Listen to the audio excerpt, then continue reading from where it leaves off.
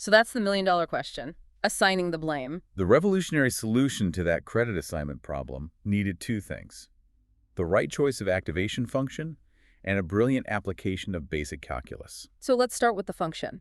We have to replace that non-differentiable step function. We absolutely have to. And as we mentioned, the sigmoid function is the historically pivotal choice.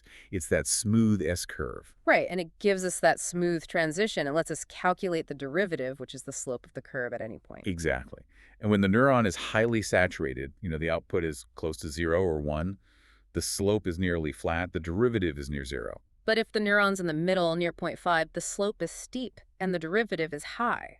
And that derivative value is critical because it tells us how sensitive is this neuron to changes in its input.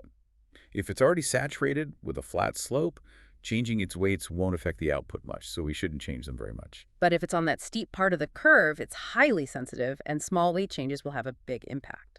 Right, but the real computational breakthrough of the sigmoid is in the simplicity of its derivative. The derivative, f prime of x, is just f of x times 1 minus f of x. That is staggering. You don't need some complex exponential calculation to find the derivative. No. You only need the output of the neuron itself. Exactly. This one property made the calculations efficient enough to be practical decades ago. It allowed backpropagation to spread that error signal through the network without massive computational overhead. Without a simple, self-referential derivative like this, backprop would just stay a theoretical curiosity. Okay, so we have the differentiable neuron. We've established that learning with hidden units is basically learning features.